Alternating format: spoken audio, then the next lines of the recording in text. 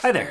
So I was trying to think through what kind of video do I want to make today, and I figured I would tell you guys another story, which is how getting fired was probably the best thing that could have ever happened to me. So literally about a year ago, almost to the day, I started my production business. 3 months before that, I started working for a friend of mine who owns a painting company. He's owned this painting company for 5 or 6 years now, and he's built it incredibly well. It's a massive company in my hometown and in the surrounding areas. They do fantastic jobs. And how it all started was that he asked me to build him a brand new website. They already had a website, but it wasn't up to scratch. It needed to be updated. And he knew that I'm a creative person, and we had talked about some things before. So he reached out to me and he asked if I would build him a brand new website. I said, sure.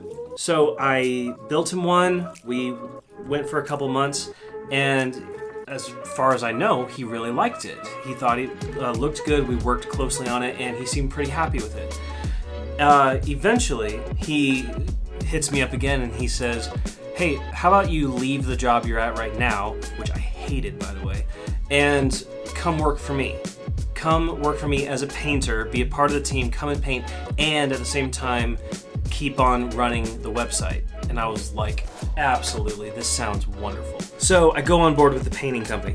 Now, my idea originally, and what I think I even talked about a bit with the owner of the company, was that I expected that I would spend like half of my time painting and half of my time on the website, and so being in the office, because I didn't really want to be painting a lot. My ultimate goal was not to be out there actually painting. My ultimate goal was to be in the office doing creative work, because at my core, I'm a creative person, and that's what I love doing the most.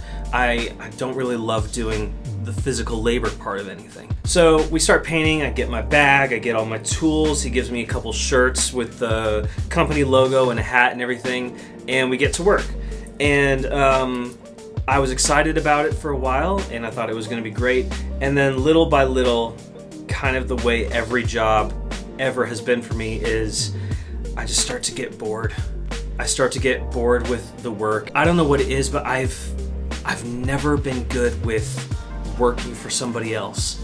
Now, that doesn't mean I don't do it if I have to. As a responsible human being, as a young man, especially now as a married man, I have a responsibility to put food on the table. I have a responsibility to pay the bills. So at the end of the day, it doesn't matter if I don't like the job or not. If it's what I have to do in order to provide for my wife, provide for myself, and be a responsible human being, I'm going to do the job. To hell with my feelings. So I had that mindset, and even though I hated the work, I went to work every day. I did my best. At least I tried to do my best. Doesn't mean I always did. But I tried to do my best, put in the work, and I was still taking care of the website on the side. Well, probably 3 months in, like 3 months. I don't think I even lasted 3 months. I get called into the office one day, and we sit down, and my friend fires me. Didn't really get given a legitimate reason for being fired. The only real reason I was given for being fired was, this isn't for you. Which I was upset about, but in a way I agree with.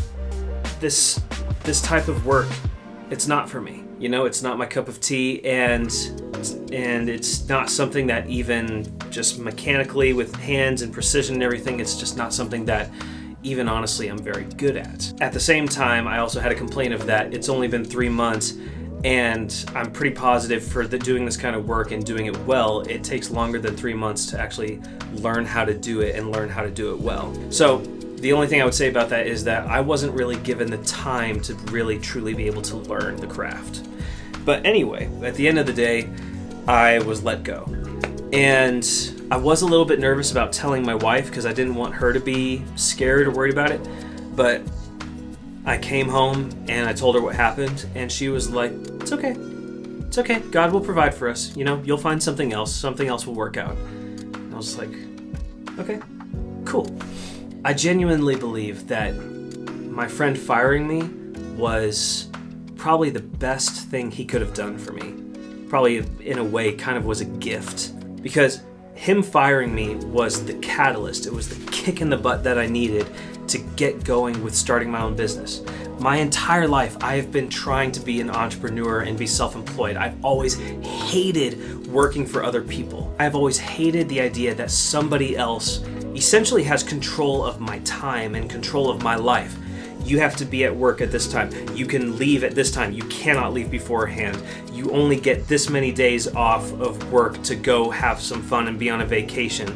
Like, somebody else is controlling my life. I've always hated that.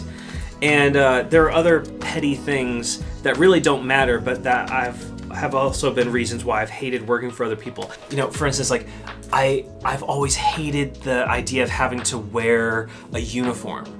You know, if I'm gonna go work for a company and they like give me a uniform or a shirt with their logo on it and these different colors, and oh, you have to wear these types of pants, these types of shoes, and you have to wear this hat with a ridiculous logo or whatever it is. You have to wear this costume to work here. That just to me is just no. I want to be able to wear whatever I want. You know, I want to be able to wear my watches, my rings, my bracelets. I want to be able to wear my favorite types of jeans and my shirts. I want to be able to wear whatever I want, whenever I want. The fact that I have to wear something else that I don't even like in order to work somewhere, I just was like, get off of me. So my friend firing me, even though it was scary and it was hard at first, looking back now was the biggest blessing in the world, because again, it was the kick in the pants that I needed. It was the catalyst that made me go, you know what, screw this. I am going to build my own business. I know it's gonna be difficult. I'll probably have to get other part-time jobs just to sustain myself a little bit while I'm building this, but I'm not doing this anymore. I'm going to build my own business and I'm gonna be self-employed. And I started that journey. And like I said in my previous video, you know, I started out with building websites. I thought that was gonna be the thing that I would do. So I built my own website offering my services. For probably 2 months, was making cold calls and sending emails, reaching out to people, offering to build them websites or fix their websites. I got a couple jobs from it, and those jobs paid fairly well. But then eventually I got to a place where even building websites was not becoming boring to me. It was actually starting to annoy me. I was like, this is not exciting and this isn't fun. I don't enjoy this. And so I started to veer away from that, and I had to figure out pretty quickly, like, okay, well, what am I gonna do? And then I just had this idea of like, I should try doing videos. I have no cameras, no lights, no microphones. I have nothing. I don't even have a program for editing. And but I decided, you know what, like I've got to try something. Okay, so I don't have any of this equipment, but what do I have? I have my iPhone. Okay, but I need something to stabilize it. So I go on Amazon and I buy this $50 iPhone stabilizer that was really cheap, but it did the job for me. Got that, and I just started shooting videos here and there for like restaurants, trying to come up with creative ways of shooting stuff for fun. And then I tried shooting a wedding video. And that wedding video that I shot for free, by the way, just so I could have something, that led to a partnership with an event center.